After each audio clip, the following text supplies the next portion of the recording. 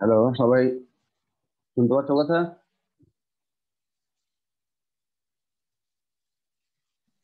जी sir. Slide দেখতে পাচ্ছ? ना सर। স্লাইড দেখতে পাচ্ছ না?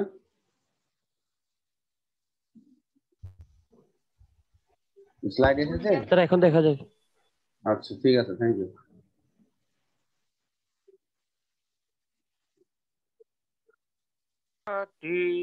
আচ্ছা, আমরা তাহলে আজকে ক্লাস শুরু করছি। ঢাকা সিটি কলেজ অনলাইন ক্লাসে তোমাদের সবাইকে স্বাগতম জানাচ্ছি। আজকের ক্লাস পরিচালনা আমি doctor Mohammad Mahbub Hasan, associate professor, department of biology, Dhaka city college. তো আজকের আমরা পড়াবো, আমরা প্রথম অধ্যায় নিউক্লিয়াস পর্যন্ত শেষ করেছি। আর পরবর্তী ক্লাসগুলো মানে নিউক্লিয়াসের পরের যে অংশগুলো আছে সেগুলো কোষ বিভাজন মানে তৃতীয় অধ্যায় পড়ানোর পর ওটা আবার শুরু করবো।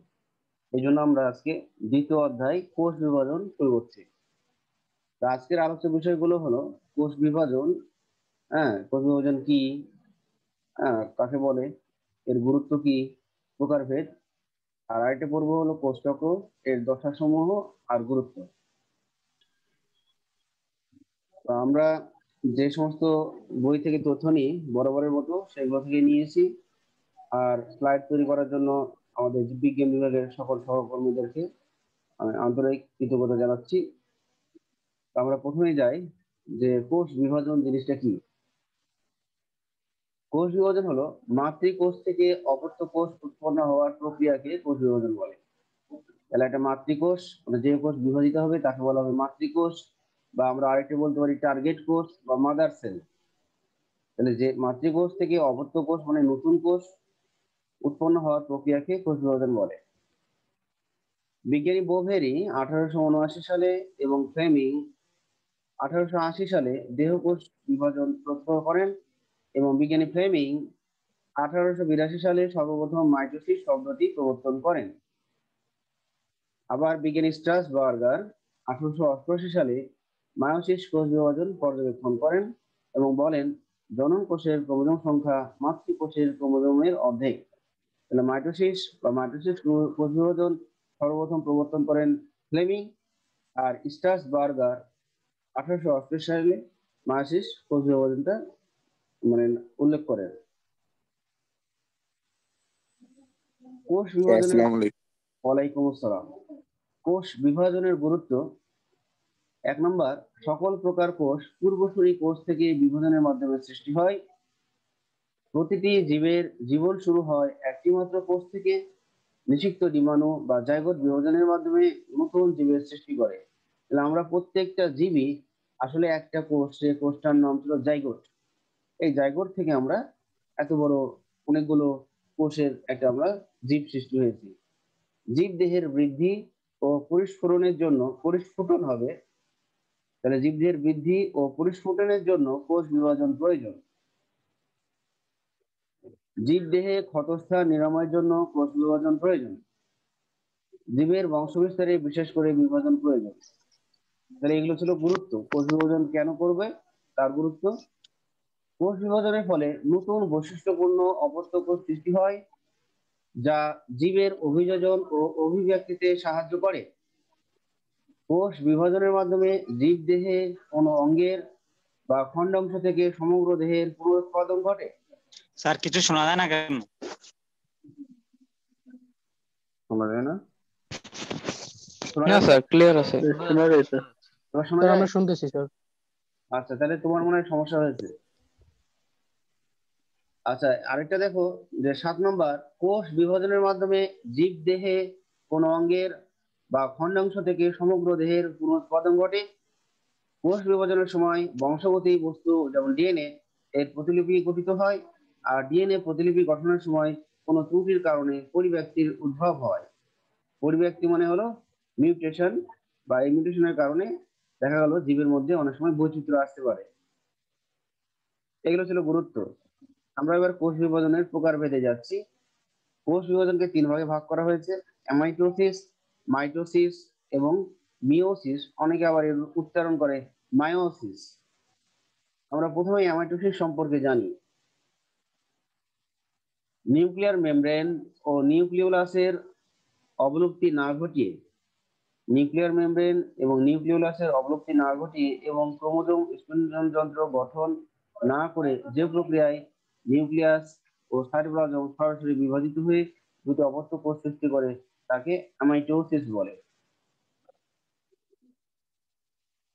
তাহলে অ্যামাইটোসিসটা আমরা প্রক্রিয়াটা পরে দেখছি।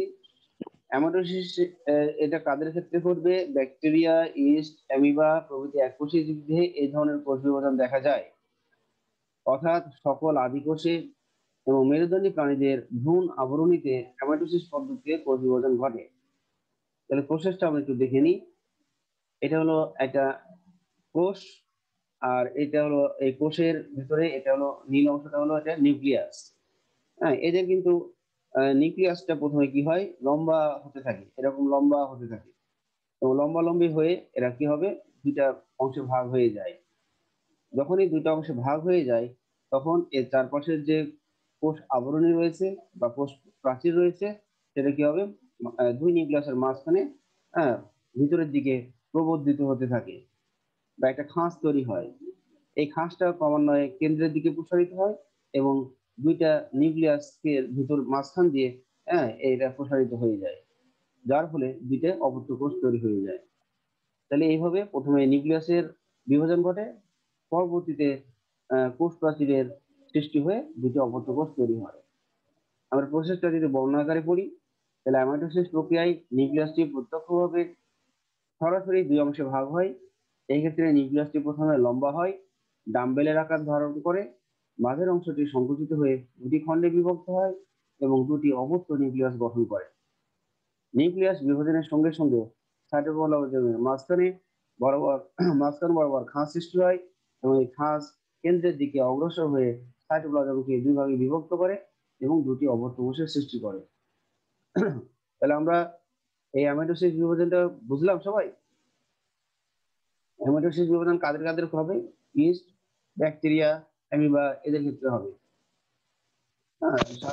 সাধারণত যেগুলো এককোষী উদ্ভিদ, প্রাণী এদের ক্ষেত্রে হবে। আমরা জানি ব্যাকটেরিয়া হলো এককোষী, ইস্ট হলো এককোষী, আবার অ্যামিবা এই প্রক্রিয়ায় হবে। অ্যামাইটোসিসের তাৎপর্য: এই ধরনের কোষ বিভাজনের মাধ্যমে নিম্ন শ্রেণীর জীব দেহে বংশবিস্তার ঘটে। কোষ বিভাজনের জন্য বিশেষ কোনো প্রস্তুতির প্রয়োজন হয় না। কোষ বিভাজন স্বল্প সময়ে সম্পন্ন হয় এবং নিউক্লিয়াস বিভাজনের জন্য বিভিন্ন দশা বা ধাপ অতিক্রম করতে হয়।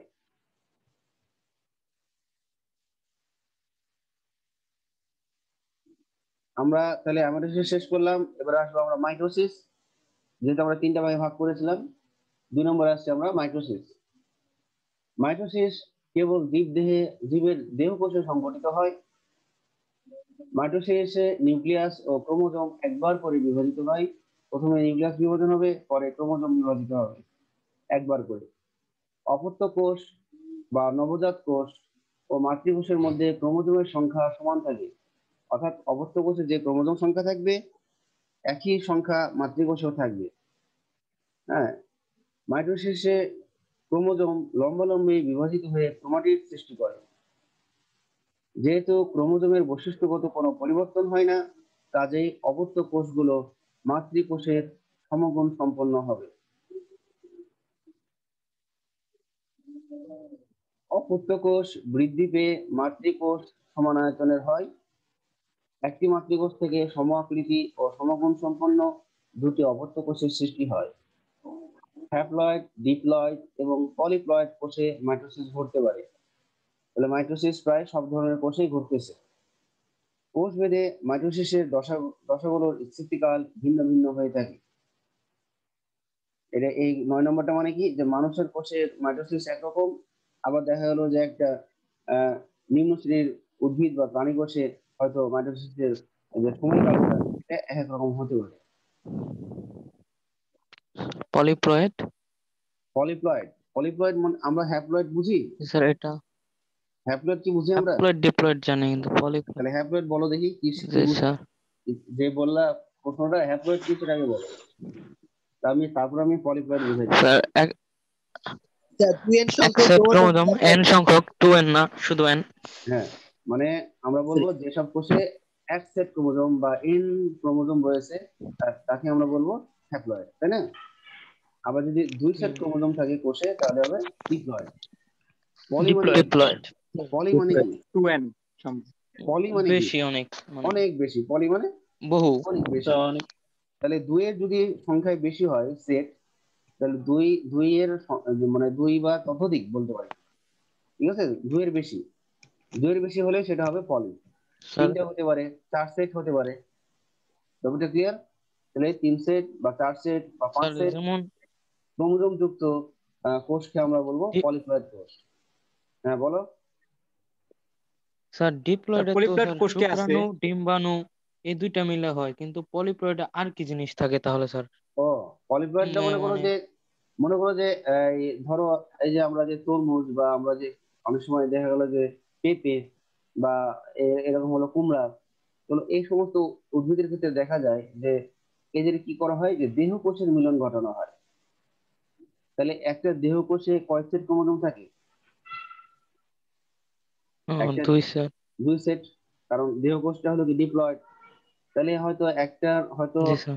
একটা ও হয়তো লাউ বা একটা তরমুজ, হ্যাঁ, এই উদ্ভিদটা হয়তো মনে করো যে ফসলের গুণগত মান অনেক ভালো। আবার আরেকটা জাত আছে, ও ওই স্যার। জাতটা মনে করো যে অনেক বড় হয়। তো এরকম দেখা যায় যে দুইটা দেহকোষের এরকম মিলন ঘটানো হয়। তাহলে একটা দেহকোষে যদি দুইটা সেট থাকে, আরেকটা উদ্ভিদের দেহকোষেও দুই সেট আছে, তাহলে দুই সেট কয় সেট হয়ে গেল? চার সেট। পলি হয়ে গেল 4 পলি সেট। হয়ে গেল। হ্যাঁ, চারটা। দুইয়ের বেশি হয়ে গেল। হ্যাঁ, এইভাবে এরকম উদ্ভিদ তৈরি করা হয়। এই কারণে বর্তমানে দেখবা যে কিছু কিছু আগে আমরা বিশ্বাসই করতাম না যে এই এত বড় তরমুজ হতে পারে বা এত বড় লাউ হতে পারে। এখন কিন্তু এটা বাস্তবে আমরা দেখতেছি বিভিন্ন দেশে। এটা এই পলিপ্লয়েডের কারণে সম্ভব হয়েছে। তো আমরা গুরুত্বগুলো শেষ করলাম, এবার আমরা চলে যাবো আরেকটি টপিক। এর নাম হলো কোষ চক্র। তাহলে কোষ চক্র জিনিসটা কি এটা আমরা এখন বুঝবো। একটি কোষ সৃষ্টি, এর বৃদ্ধি এবং পরবর্তীতে বিভাজন, এই তিনটি কাজ যে চক্রের মাধ্যমে সম্পন্ন হয় তাকে কোষ চক্র বলে। বিজ্ঞানী হাওয়ার্ড ও পেল 1953 সালে এই কোষ চক্রের প্রস্তাব করেন। তাহলে আমরা কি বললাম? একটি কোষ সৃষ্টি হবে, তার বৃদ্ধি এবং পরবর্তীতে বিভাজন। প্রথমে সৃষ্টি, পরে বৃদ্ধি, পরে বিভাজন, এই তিনটি কাজ যে চক্রের মাধ্যমে হবে তাকেই কোষ চক্র বলা হবে। আর এর প্রস্তাবক বিজ্ঞানী হাওয়ার্ড ও পেল। যে কোষগুলো বিভাজিত হয় না, সাধারণত যে কোষগুলো বিভাজিত হয় না তাদের মধ্যে হলো কি পূর্ণাঙ্গ লাল রক্তকোষ, মানে লোহিত রক্তকণিকা, পেশিকোষ, স্নায়ুকোষ এবং উদ্ভিদের স্থায়ী কোষ। তাহলে এই কোষগুলো বিভাজিত হবে না, কাজেই এদের কোষ চক্র হবে না। ঠিক আছে? তাহলে কোষ চক্রকে দুটি ধাপে ভাগ করা হয়। একটা হলো ইন্টারফেজ, আর আরেকটাকে বলবো এম ফেজ, বা এম মানে এখানে মাইটোসিস। আমরা এখানে কোষ চক্রের ভাগটা আমরা দেখাচ্ছি। তাহলে কোষ চক্রের দুইটা অংশে আমরা ভাগ করেছিলাম, বলেছিলাম একটা ইন্টারফেজ বা প্রস্তুতি পর্যায়, আর একটা ছিল এম ফেজ বা মাইটোসিস দশা। তো ইন্টারফেজের এই সময়কালটা হলো 90 থেকে 95%, আর মাইটোসিসের ধরো 5 থেকে 10%। আমরা ধরে নিলাম যে একটা মাতৃকোষ হয়তো 20 মিনিটে বিভাজন সম্পন্ন করতে পারে। কয় মিনিটে? 20 মিনিটে। তাহলে 20 মিনিটে একটা মাতৃকোষ বিভাজিত হতে পারে, হয়ে দুইটা কোষ তৈরি করতে পারে। তাহলে সেখানে ইন্টারফেজের সময়কাল হবে কত? 18 থেকে 19 মিনিট। আর মাইটোসিস বা এম দশার পর্যায়ে সময় নেবে কত? 1 থেকে 2 মিনিট। কি এই অংশটা বুঝতে পেরেছো? ইন্টারফেজ আর মাইটোসিস দশা সময়কালটা ব্যাপারটা 90 থেকে 95%, আর এটা হলো 5 থেকে 10% হলো এম দশা। এখন একটু খেয়াল করো, ইন্টারফেস দশার এর আবার তিনটা উপপর্যায় বা তিনটা দশা আছে। প্রথম দশার নাম হলো G1 দশা। হ্যাঁ, জি জি মানে এখানে বলতে পারো গ্রোথ। গ্রোথ মানে কি? বৃদ্ধি। বা জি মানে তোমরা বলতে পারো গ্যাপ। ঠিক আছে? G1 মানে গ্রোথও হয়, জি মানে গ্যাপও হয়। তাহলে G1 দশা এর সময়কাল হলো 30 থেকে 40%। এই 30 থেকে 40% কার? ইন্টারফেস। ইন্টারফেস সম্পন্ন হতে 90 থেকে 95% লাগে। তাহলে এই ইন্টারফেস যতখানি লাগে তার 30 থেকে 40% সময় লাগবে G1 দশায়। আবার এস দশা, এস মানে হলো সিনথেসিস, সিনথেসিস মানে হলো সংশ্লেষণ, সংশ্লেষণ দশা। এই দশার সময়কাল হলো 30 থেকে 50%। আর শেষে আসছিল G2 দশা, এর সময়কাল সবচেয়ে কম, 10 থেকে 20%। তাহলে আমরা বলতে পারি ইন্টারফেজের মধ্যে সবচেয়ে বেশি সময় তার কোন দশার সবচেয়ে বেশি সময় লাগে? এস দশা। এস এস দশা, দশা। মানে সিনথেসিস দশার সময়কাল বেশি। আর কোন দশার সময়কাল সবচেয়ে কম? G2। G2 দশা। G2 দশা। হ্যাঁ, এবার আসছি আমরা ইন্টারফেজ। ইন্টারফেজ জিনিসটা বুঝি। তাহলে দুটি কোষ বিভাজনের মধ্যবর্তী যে সময়ে কোষ বিভাজিত হয় না কিন্তু বিভাজনের জন্য প্রস্তুতি নেয় তাকে ইন্টারফেজ বলে। তাহলে দুটি কোষ বিভাজন মানে একটা কোষ মনে করো যে বিভাজিত হবে, ঠিক আছে? তাহলে দুটি কোষ বিভাজনের মধ্যবর্তী দশা যে সময়ে কোষ বিভাজিত হয় না কিন্তু কোষ বিভাজন করবে, কিন্তু করার জন্য কিছু প্রস্তুতি লাগে। হ্যাঁ, সেটাকে বলতে পারি আমরা ইন্টারফেজ। বৈশিষ্ট্য: ইন্টারফেজ দশায় যে কোষটা বিভাজিত হবে মানে মাতৃকোষ, কোষের আয়তন সবচেয়ে বেশি বৃদ্ধি ঘটে। তাহলে মাতৃকোষের আয়তন সবচেয়ে বেশি বৃদ্ধি ঘটবে। এই দশায় কোষের বিপাকীয় ক্রিয়াবলী দ্রুত গতিতে সংঘটিত হয়। তাহলে যে মাতৃকোষটা থাকবে সে মাতৃকোষের বিপাকীয় ক্রিয়াবলী খুব দ্রুত গতিতে ঘটবে। এই জন্য মাতৃকোষের নিউক্লিয়াসকে বলা হবে বিপাকীয় নিউক্লিয়াস। ডিএনএ সংশ্লেষণের জন্য প্রয়োজনীয় এনজাইম আরএনএ সংশ্লেষিত হয়। তাহলে এই ইন্টারফেজে আবার কি হবে? ডিএনএ যে রেপ্লিকেশন হয়, ডিএনএ রেপ্লিকেশনের জন্য কি দরকার? প্রয়োজনীয় এনজাইম আরএনএ, এগুলো তৈরি হবে। নিউক্লিয় আবরণী অক্ষত অবস্থায় থাকবে। নিউক্লিওলাস স্পষ্ট রাইবোজোমাল বস্তুর সংশ্লেষণ ঘটে। ক্রোমোজোমস্থ ডিএনএ এর দ্বিত্বকরণ ঘটে, মানে রেপ্লিকেশন। ধরে নাও একটা ক্রোমোজোম, একটা কোষের ক্রোমোজোম আছে মনে করো যে দুইটা, তাহলে আহ, সেই সেই যে মাতৃকোষের ক্রোমোজোম থাকবে দুইটা, সেটা আরো দুইটা কপি করে নিবে। এই কপি করাটার নামই হলো ডুপ্লিকেশন বা রেপ্লিকেশন, ঠিক আছে?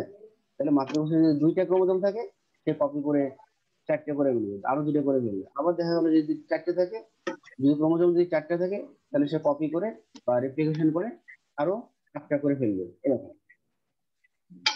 তাহলে পরবর্তী বিভাজন দশার জন্য কোষে প্রয়োজনীয় শক্তি মজুদ থাকে। পানি কোষে সেন্ট্রোজোমের বিভাজন ঘটে এবং দুজোড়া সেন্ট্রিওল গঠিত হয়। টার্গেট কোষ বলতে মাতৃকোষ বোঝানো হচ্ছে। টার্গেট কোষের সারফেস, সারফেস মানে তল বা বহিরাবরণ। টার্গেট টার্গেট কোষের সারফেসে বিশেষ রিসেপ্টর প্রোটিনের সাথে গ্রোথ ফ্যাক্টর সংযুক্ত হয়ে কোষ চক্র শুরু করার নির্দেশ দান করে। তাহলে আমরা বললাম মাতৃকোষের যে আবরণী আছে সেই আবরণীতে এক ধরনের প্রোটিন থাকে, সেই প্রোটিনটার নাম কি? Receptor protein. আর এই রিসেপ্টর প্রোটিনের সাথে কিছু গ্রোথ ফ্যাক্টর সংযুক্ত হয়, সংযুক্ত হয়ে কোষ চক্র শুরু করার নির্দেশ দান করে। তাহলে আসলে আমাদের দেহে যে কোষগুলো বিভাজিত হবে সেই কোষগুলো কিন্তু এমনি এমনি বিভাজিত হয় না। হ্যাঁ, সেই কোষে, সেই মাতৃকোষে যখন কোনো গ্রোথ ফ্যাক্টর সংযুক্ত হয় তখনই তারা বিভাজনের জন্য প্রস্তুতি নেয়। যেমন ধরে নাও আমাদের যে দেহের কোনো স্থান যদি কেটে যায়, তাহলে দেহের কোনো স্থান কেটে গেলে সেটাকে আমরা কি বলবো? ক্ষতস্থান। আর ক্ষতস্থানে কোন রক্তকণিকা কাজ করে কারো জানা আছে? ক্ষতস্থানে কোন রক্ত? অনুচক্রিকা। অনুচক্রিকা। তাহলে অনুচক্রিকা। হ্যাঁ, অনুচক্রিকা। তাহলে যে জায়গায় কেটে গেছে সেই জায়গার যে অনুচক্রিকা গুলো আছে সেই অনুচক্রিকা গুলো আমাদের ওই যে জায়গায় কেটে গেছে সেই জায়গার যে ভালো কোষগুলো আছে সেই কোষগুলোকে একটা সিগন্যাল দিবে যে আমাদের কিন্তু এক জায়গায় ক্ষত হয়ে গেছে, তাহলে আমাদের কিন্তু এই ক্ষত পূরণের জন্য কিছু কোষ তৈরি করে ফেলতে হবে। তাহলে এই অনুচক্রিয়া কিন্তু একটা গ্রোথ ফ্যাক্টর হিসেবে কাজ করছে। হ্যাঁ, তখন ওই ওই অনুচক্রিয়ার সিগন্যালের কারণে তার আশেপাশের কোষগুলো সজাগ হবে, তারা যখন অলরেডি মানে কোষ বিভাজন করার প্রস্তুতি নিবে। ঠিক আছে, দেখা যাবে 2 থেকে 3 দিনের মধ্যে সেই জায়গাটা ক্ষতপূরণ হয়ে গেছে। হ্যাঁ, সেটা সারতেও তো আর বেশি লাগে, কিন্তু অলরেডি তার উপরে একটা লেয়ার পড়ে যায় আর লেয়ারের ভিতরে কিন্তু অলরেডি কোষ তৈরি হতে থাকে। 7-8 দিন পর দেখবা যে একটা উপরের চামড়াটা যদি তুলে ফেলি নিচের অংশটা দেখবো যে ভরাট হয়ে গেছে। খেয়াল করেছো কখনো? জি স্যার। হ্যাঁ, তাহলে এরকম, তাহলে এইভাবে আমাদের দেহে এরকম কোষ তৈরি করতে পারে। আমাদের মনে করো যে তোমার হলো যে এখন মনে করো যে ভাইরাস, তার দিকে মনে করো করোনা ভাইরাস বা অন্যান্য যে ভাইরাস গুলো আমাদের সংক্রমণ ঘটছে, তাহলে এই ভাইরাসের বিরুদ্ধে যুদ্ধ করে কি? ভাইরাসের শ্বেত বিরুদ্ধে রক্তকণিকা। গুড, শ্বেত রক্তকণিকা যুদ্ধ করে। শ্বেত রক্তকণিকার মধ্যে লিম্ফোসাইট বলে একটা কণিকা আছে, হ্যাঁ, এই অ্যান্টিবডি তৈরি জি করে। স্যার। তো এখন আমাদের দেহে যদি ভাইরাস দ্বারা আমরা যদি ভাইরাস দ্বারা সংক্রমিত হয়, তাহলে আমাদের দেহে কার সংখ্যা বাড়াইতে হবে? শ্বেত শ্বেত রক্তকণিকা। রক্তকণিকার শ্বেত সংখ্যা। রক্তকণিকার সংখ্যা বাড়বে। তাহলে শ্বেত রক্তকণিকা যদি বাড়ে, তাহলে শ্বেত রক্তকণিকা কি করবে? যে কোষ বিভাজনের মাধ্যমে আরো শ্বেত রক্তকণিকা তৈরি করবে। আমাদের দেহে ধরে নাও এখন 1 লাখ শ্বেত রক্তকণিকা আছে, তখন আমাদের ভাইরাস দ্বারা আক্রমণ হলে তখন আমাদের শ্বেত রক্তকণিকা কি করবে? যে এতগুলো ভাইরাসের সাথে মোকাবেলা করার জন্য আমার 2 লাখ লাগবে, তখন শ্বেত রক্তকণিকা গুলো আবার নিজেরাই প্রিপেয়ার হয়ে 2 লাখ করে বিভাজিত ফেলবে। হবে। বুঝছো? তাহলে এই যে এইভাবেই কিন্তু তোমার গ্রোথ ফ্যাক্টর গুলো কাজ করছে। আচ্ছা, এবার একটু খেয়াল করো, এটা হলো একটা কোষ, হ্যাঁ, এটাই সেই মাতৃকোষ। এটা হলো নিউক্লিয়ার পর্দা, এটা হলো ক্রোমাটিন তন্তু, এটা হলো নিউক্লিওলাস, কোষ ঝিল্লি, ভিতরে নীল অংশটা, বাইরের সবুজ অংশটা হলো কোষ প্রাচীর। তাহলে এটা হলো একটা ইন্টারফেস। তাহলে ইন্টারফেসে ক্রোমোজোম গুলো কি হয়? ক্রোমোজোম গুলো পানি গ্রহণ করে লম্বা সুতার মতো সরু আকার তৈরি করে, এগুলোকে বলা হবে ক্রোমাটিন তন্তু। ওকে, আমরা কিন্তু এর আগের যে নিউক্লিয়াস পড়াইছিলাম আগের ক্লাসে, ওখানে কিন্তু আমি বলেছিলাম ক্রোমাটিন তন্তু আর ক্রোমোজোম কখন হবে। ইন্টারফেস দশার স্থায়িত্বকাল অন্যান্য দশা অপেক্ষা অধিক। ইন্টারফেস নিম্ন বর্ণিত 3টি উপপর্যায়ে ঘটে বা 3টি দশায় ঘটতে পারে।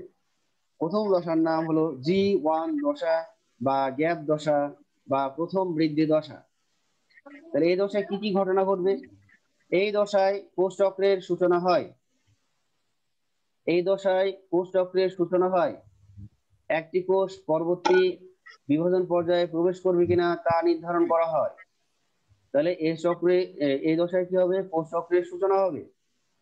আর একটি কোষ পরবর্তী বিভাজন পর্যায়ে প্রবেশ করবে কিনা সেটা নির্ধারণ করা হবে। এই পর্যায়ে সাইক্লিন নামক প্রোটিন তৈরি হয়। তাহলে G1 দশায় একটা প্রোটিন হবে, সেই প্রোটিনটার নাম হলো সাইক্লিন।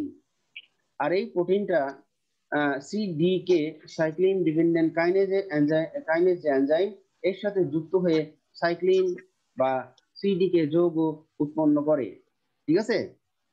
এবং ইহা G1 দশা থেকে কোষকে এস দশায় পৌঁছাতে সাহায্য করে। আমি 2 নম্বরটা আবার বলছি। তাহলে 2 নম্বর ইতে G1 দশায় কি হবে? এখানে একটা প্রোটিন তৈরি হবে, সেই প্রোটিনটার নাম হলো সাইক্লিন প্রোটিন। ক্লিয়ার?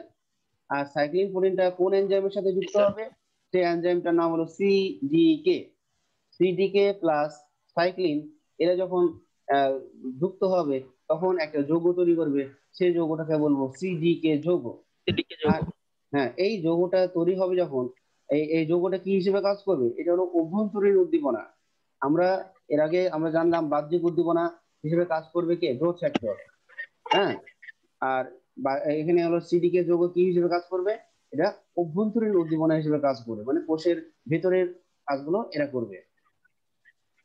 এবং ইহা G1 দশা থেকে কোষকে এস দশায় পৌঁছাতে সাহায্য করে। এই যৌগটাই কি করবে? G1 দশাকে এস দশায় পৌঁছাতে সাহায্য করবে। এই দশায় ডিএনএ সংশ্লেষিত হয় না, কিন্তু ডিএনএ সংশ্লেষণের জন্য প্রয়োজনীয় এনজাইম, প্রয়োজনীয় প্রোটিন, অন্যান্য উপাদান এবং আরএনএ অণুর সংশ্লেষণ ঘটে। তাহলে আমরা কিন্তু 2 নম্বর দশা বলতেছি এস দশা। তাহলে এস দশার জন্য কি লাগবে? এস দশায় আসলে হয় ডিএনএ রেপ্লিকেশন। তাহলে এই ডিএনএ রেপ্লিকেশনের জন্য যে সমস্ত উপাদান দরকার, সেই সব উপাদান G1 দশায় তৈরি হয়ে যায়। তাহলে আমরা বলতেছি 3 নম্বর, এই দশায় ডিএনএ সংশ্লেষিত হয় না, কিন্তু ডিএনএ সংশ্লেষণের জন্য প্রয়োজনীয় এনজাইম, প্রয়োজনীয় প্রোটিন, অন্যান্য উপাদান এবং আরএনএ অণুর সংশ্লেষণ ঘটবে। এবং কোষ চক্রের 30 থেকে 40 ভাগ সময় এখানে ব্যয় হবে। যে কোষটি আর বিভাজিত হয় না তা আমৃত্যু এই G1 দশায় আবদ্ধ থেকে যায়। ঠিক আছে? যে কোষটিতে মনে করো সিডিকে যৌগ তৈরি হবে না, সে কোষটি কিন্তু আর বিভাজিত হবে না, মানে সে এস দশায় আসতে পারবে না। ক্লিয়ার? সিডিকে যৌগ তৈরি হওয়া হলেই তখন দেখা যাবে কোষটি এস দশায় যেতে পারবে। কাজেই যাদের সিডিকে যৌগ তৈরি হবে না তারা আজীবন এই G1 দশা নিয়ে বেঁচে থাকবে। তাহলে সবাইকে G1 দশা বুঝতে পেরেছো?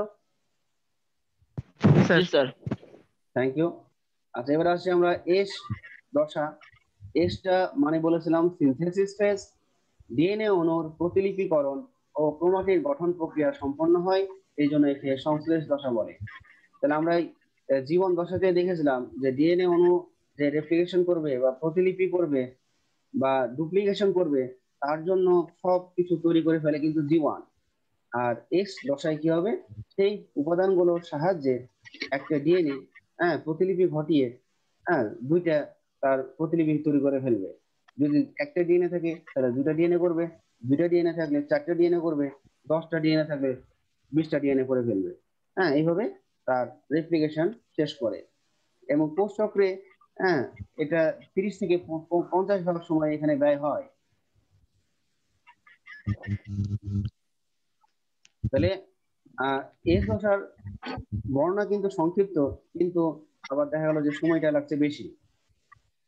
এবার আসছি আমরা G2 দশা বা গ্যাপ দশা। এটা হলো ইন্টারফেজের শেষ দশা। একটি সেন্ট্রোজোম বিভাজিত হবে, এখানে বিভাজিত হয়ে গেছে, এখানে হবে বিভাজিত। তাহলে একটা সেন্ট্রোজোম বিভাজিত হয়ে দুটি সেন্ট্রোজোমে পরিণত হয়। সেন্ট্রোজোম প্রধানত মাইক্রোটিবিউল তৈরির সূচনা করে। তাহলে একটা সেন্ট্রোজোম থাকলে সেটা বিভাজিত হয়ে দুইটি সেন্ট্রোজোম গঠন করবে, আর সেন্ট্রোজোম প্রধানত মাইক্রোটিবিউল তৈরির সূচনা করে। বিভিন্ন প্রকার আরএনএ অণুর সংশ্লেষণ ঘটে G2 দশায়। কোষে এটিপি অণুর সংশ্লেষ ও সঞ্চয় লক্ষ্য করা যায়। নিউক্লিয়াস ও সাইটোপ্লাজমের আয়তনের বৃদ্ধি ঘটে। G2 থেকে মাইটোসিসে প্রবেশ করতে গেলে আরো একটা প্রোটিনের প্রয়োজন পড়ে, সেই প্রোটিনটার নাম হলো MPF প্রোটিন। এর পুরো নাম ম্যাচুরেশন প্রমোটিং ফ্যাক্টর। তাহলে G2 দশা থেকে যদি মাইটোসিসে যেতে হয় তাহলে এই প্রোটিন অবশ্যই প্রয়োজন হবে।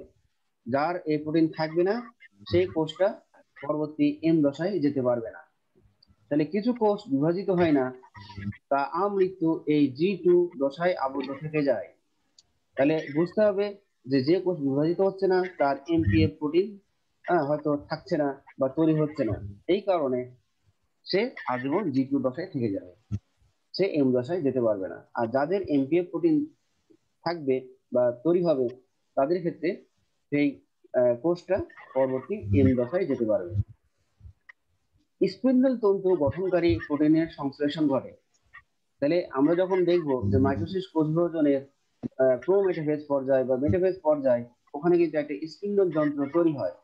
সেই স্পিন্ডল যন্ত্র তৈরি হওয়ার জন্য যে প্রোটিনগুলো দরকার সেই প্রোটিনগুলো কিন্তু G2 দশাতেই তৈরি হবে।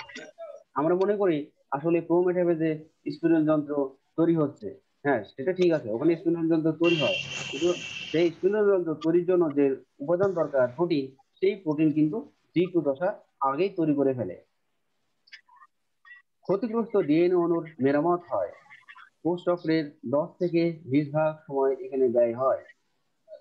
তাহলে আমরা সবাই কি G2 দশা বুঝতে পারলাম? G2 দশায় কি ঘটনা ঘটে? জি স্যার। আচ্ছা, এবার আমরা চলে যাবো তাহলে ইন্টারফেজের 3টা অংশ শেষ। এবার আসছে আমরা এম ফেজ বা মাইটোসিস দশা। তাহলে একটি জটিল প্রক্রিয়ায় নিউক্লিয়াসের বিভাজন ও পুনর্গঠন, সাইটোপ্লাজমের নতুন দুই কোষে গমন এবং কোষঝিল্লি কোষপ্রাচীর গঠনের মাধ্যমে পরিণত দুটি অপত্য কোষ সৃষ্টির মধ্য দিয়ে এম ফেজ সমাপ্ত হয়। তাহলে আমরা বললাম প্রথমে কি হবে, জটিল প্রক্রিয়ায় নিউক্লিয়াসের বিভাজন, মানে আমরা নিউক্লিয়াসের বিভাজনটা একটা মাইটোসিসের কয়টা ফেজ আছে? 5টা ফেজ আছে। Prophase, prometaphase, metaphase, anaphase, telophase. Telophase পর্যায়ে নিউক্লিয়াস একবার পুনরায় বিভাজিত হবে, বিভাজন ও পুনর্গঠন। এবং যখন বিভাজন হয়ে যায় তখন কি হবে, সাইটোপ্লাজমের নতুন দুই কোষে গমন। নিউক্লিয়াস বিভাজিত হয়ে গেলে তাহলে এই দুই নিউক্লিয়াসের দিকে সাইটোপ্লাজম ইকুয়াল হয়ে যাবে। তারপরে সৃষ্টি হবে কোষঝিল্লি, কোষপ্রাচীর এবং ইত্যাদি। গঠন শেষ হলে দুইটি অবত্য কোষের সৃষ্টি হয়। আর এই দুইটি অবত্য কোষ শেষ হয়ে গেলে কি হবে, এম ফেজ এর সমাপ্তি ঘটে এবং কোষ চক্রের মোট সময়ের 5 থেকে 10 ভাগ সময় ব্যয় হয় মাইটোটিক ফেজের জন্য। হ্যাঁ, এখানে খুব কম সময় ব্যয় হয়, বেশি সময় ব্যয় হয় ইন্টারফেজ দশাতে, ইন্টারফেজ পর্যায়ে। তাহলে আমরা এখানে দেখতে পাচ্ছি এইভাবেই ইন্টারফেজ, এম ফেজ, ইন্টারফেজ চক্রাকারে চলতে থাকে। তাহলে আমরা কোষ চক্র পড়ালাম, কোষ চক্রের মধ্যে কারো কোনো থাকলে, জিজ্ঞাসা থাকলে বলতে পারো, না থাকলে আমি কিন্তু জিজ্ঞাসা করব।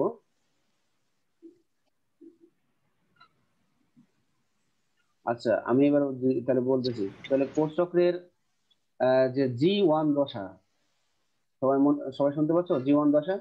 তাহলে G1 দশায় আমরা বলেছিলাম যে বাহ্যিক উদ্দীপনা হিসেবে কাজ করবে, বাহ্যিক উদ্দীপনা হিসেবে কাজ করবে। সেই বাহ্যিক উদ্দীপনা হিসেবে কাজ করবে, তার নাম কি?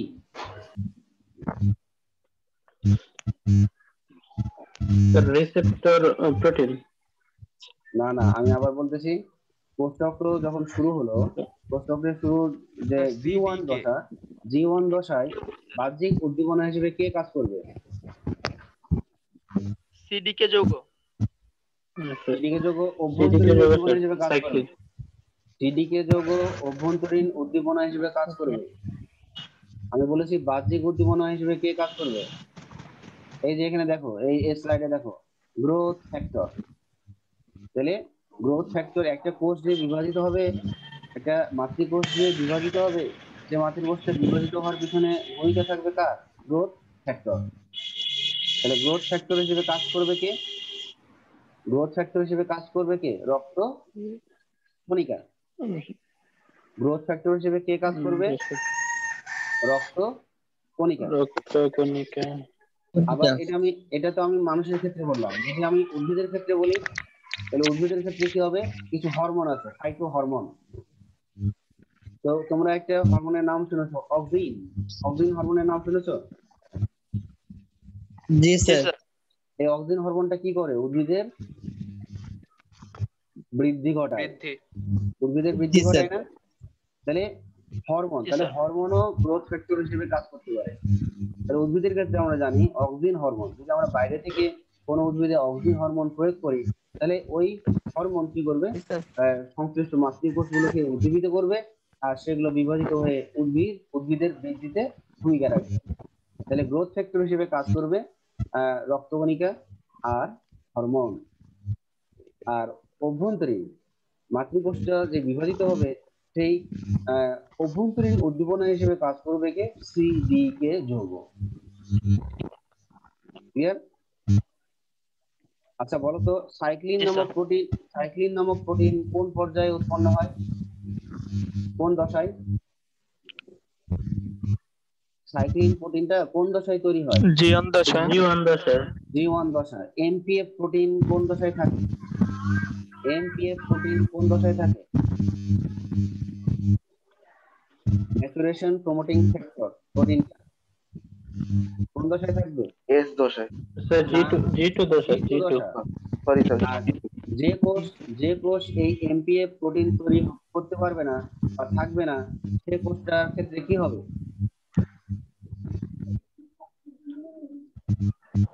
স্যার সে বিভাজিত হবে না, G2 দশাতে সে থেকে আর যাবে। বিভাজিত হবে না, সে আর এম দশায় যেতে পারবে না, আজীবন তাকে G2 দশা নিয়েই বেঁচে থাকতে হবে। ক্লিয়ার? আচ্ছা, এবার আমরা যাই কোষ চক্রের গুরুত্ব। তাহলে কোষ চক্র বহুকোষী জীবের প্রজনন, বৃদ্ধি, মৃত কোষ প্রতিস্থাপন, ক্ষতপূরণ ইত্যাদিতে সাহায্য করে। তাহলে আমরা বলতেছি কোষ চক্র বহুকোষী জীবের প্রজনন। তাহলে আমরা যে আমাদের যে মায়ের গর্ভে যে ভ্রূণটা থাকে বা যে জাইগোটটা থাকে, প্রথমত জাইগোট থাকে, জাইগোটটা বারবার বিভাজিত হবে, বিভাজিত হয়ে ভ্রূণ তৈরি করবে, ভ্রূণ বারবার বিভাজিত হবে, বিভাজিত হয়ে একটা শিশু তৈরি করবে। তাহলে এই যে যদি সেই জাইগোটে যদি এই কোষ চক্র না হতো, তাহলে কিন্তু এরকম একটা শিশু তৈরি হতো না। বৃদ্ধি, শিশুটা যখন ভূমিষ্ঠ হবে, তার প্রত্যেকটা কোষ তখন বিভাজিত হবে, সে আস্তে আস্তে বড় হয়ে একটা মানুষ হবে, তাই না? মৃত কোষ প্রতিস্থাপন। হ্যাঁ, আমরা কিন্তু জানি না যে আমাদের নিজেদের অজান্তেই আমাদের দেহ থেকে কত মৃত কোষ ঝরে পড়তেছে, ঠিক আছে। ক্ষতপূরণ, ক্ষতপূরণের এটা ব্যাপারটা তো আমি ওই অনুচক্র দিয়ে বুঝিয়ে দিলাম যে ক্ষতপূরণেও কোষ চক্র ভূমিকা রাখছে। কোষ চক্রের ইন্টারফেস দশা থাকায় কোষে বিভিন্ন বস্তুর সংশ্লেষ ও বৃদ্ধি সম্ভব হয়। সঠিক ও সুনিপুণ ভাবে কোষ চক্র নিয়ন্ত্রিত হলে জীবের স্বাভাবিক বৃদ্ধি ঘটে। তাহলে কি বললাম? সঠিক ও সুনিপুণ ভাবে কোষ চক্র নিয়ন্ত্রিত হলে জীবের স্বাভাবিক বৃদ্ধি ঘটে। কোষ চক্রে অনিয়ন্ত্রিত ফলাফল জীব দেহে ক্যান্সারের সৃষ্টি হয়। তো এই ব্যাপারটা আমরা যখন মাইটোসিস করবো তখন আরো ক্লিয়ার ধারণা পাবো শেষের যেটা, ঠিক আছে। অনিয়ন্ত্রিত কোষ বিভাজন হলে অনেক সময় টিউমার হয়ে যায়, আর টিউমার থেকে অনেক সময় ক্যান্সার সৃষ্টি হতে পারে। এটা হলো যখন কোষ বিভাজনের নিয়ন্ত্রণ থাকে না, তখনই এটা হয়। তাহলে আজকে ক্লাস আমরা করলাম হলো বিভিন্ন ধরনের, এখানে আমরা মায়োসিস সম্পর্কে বলি নাই। হ্যাঁ, মায়োসিস কোষ বিভাজন আমরা ডিটেলস পরে আমরা পরবর্তী ক্লাসে জেনে নিব। মায়োসিস সম্পর্কে হয়তো আমরা আজকে একটু বলতে পারি যে যে কোষ বিভাজন প্রক্রিয়ায় একটা মাতৃকোষের নিউক্লিয়াস একবার, ঠিক আছে, মাতৃকোষের নিউক্লিয়াস দুইবার কিন্তু ক্রোমোজোম একবার। আমরা যেমন মাইটোসিসের ক্ষেত্রে কি জেনেছিলাম? মাতৃকোষের নিউক্লিয়াস একবার, ক্রোমোজোম একবার। মায়োসিসের ক্ষেত্রে একটু ডিফারেন্ট হবে। মায়োসিসের ক্ষেত্রে কি হবে? যে মাতৃকোষের যে কোষ বিভাজনের মাধ্যমে মাতৃকোষ নিউক্লিয়াস দুইবার এবং ক্রোমোজোম একবার বিভাজিত হবে, আর বিভাজিত হয়ে যে অপত্য কোষ উৎপন্ন হবে সেই অপত্য কোষে ক্রোমোজোম সংখ্যা মাতৃকোষের চেয়ে অর্ধেক হবে। তখন তাকে আমরা বলবো মায়োসিস কোষ বিভাজন, ঠিক আছে। আমরা মায়োসিস কোষ বিভাজন সম্পর্কে এটুকুই আমরা আজকে শিখি, কারণ মায়োসিস কোষ বিভাজন একটা ভাস্ট একটা প্রক্রিয়া, আমরা পরে এটা বিস্তারিত পড়ব। তাহলে মায়োসিস কোষ বিভাজনের সংজ্ঞাটা কেউ বলো দেখি। আমি তো বললাম, একজন বলো। মায়োসিস কোষ বিভাজন যেহেতু এখানে দেওয়া নাই, হ্যাঁ আমি জাস্ট বলেছি, দেখি কে কে শুনেছো। মায়োসিস কোষ যে বিভাজনের কোষ সংজ্ঞা, বিভাজন প্রক্রিয়ায় হ্যাঁ বলো। নিউক্লিয়াস দুইবার এবং ক্রোমোজোম একবার বিভাজিত হয়, হ্যাঁ, সেই কোষ বিভাজন প্রক্রিয়াকে মায়োসিস কোষ বিভাজন প্রক্রিয়া বলে। আর একটু ভালো করে কেউ বলো, আর একটু ভালো করে। যে কোষ বিভাজন প্রক্রিয়ায় নিউক্লিয়াস দুইবার এবং ক্রোমোজোম nucleus? একবার বিভাজিত হয় এবং মাতৃকোষের ক্রোমোজোম সংখ্যা অর্ধেক হয়ে যায়, আর সেই প্রক্রিয়াকে মিয়োসিস কোষ বিভাজন বলে। আচ্ছা, আমি আবার বলতেছি, যে কোষ বিভাজনের মাধ্যমে একটি মাতৃকোষে নিউক্লিয়াস দুইবার এবং ক্রোমোজোম একবার বিভাজিত হয়ে উৎপন্ন অপত্য কোষ সৃষ্টি করে বা অপত্য কোষ সৃষ্টি হয়, যে অপত্য কোষ সৃষ্টি হয় সেই অপত্য কোষের ক্রোমোজোম সংখ্যা মাতৃকোষের চেয়ে অর্ধেক সংখ্যক হয়, তখন তাকে আমরা বলবো মায়োসিস কোষ বিভাজন। আচ্ছা, অ্যামাইটোসিস কোষ বিভাজন কোন কোন জীবে ঘটে? অ্যান্সার দাও দেখি। অ্যামাইটোসিস কোষ বিভাজন কোন কোন জীবে ঘটে? Amoeba, Amoeba, bacteria, yeast. Bacteria, amoeba, east, bacteria. Bacteria কি উদ্ভিদ না প্রাণী? ছত্রাক। ব্যাকটেরিয়া উদ্ভিদ না প্রাণী? অনুজীব স্যার। হ্যাঁ, অণুজীব, ঠিক আছে। তাহলে অণুজীবই ধরো, সেই অণুজীবটা উদ্ভিদ না প্রাণী? কেউ বলতে পারবা ব্যাকটেরিয়া যে অণুজীব ওটা উদ্ভিদ না প্রাণী? স্যার প্রাণী। আচ্ছা, কেন প্রাণী বলো দেখি। ব্যাকটেরিয়া হলো উদ্ভিদ, কারণ ব্যাকটেরিয়ার কোষ প্রাচীর রয়েছে। ব্যাকটেরিয়া যখন তোমরা ছবি দেখবা তখন দেখবা যে ওর কোষ প্রাচীর আছে।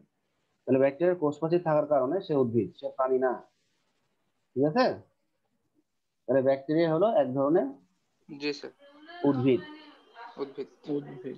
এটা অণুজীব, ও ঠিক আছে, যেহেতু এরা রোগ সৃষ্টি করে, এরা অণুজীব কিন্তু এরা উদ্ভিদ। তো আজকের মতো ক্লাস শেষ, সময় আর বেশি নাই। আর নেক্সট ক্লাসে আমরা মাইটোসিস পর্যায়টা পড়বো, মাইটোসিস বিভাজন। সবাই ভালো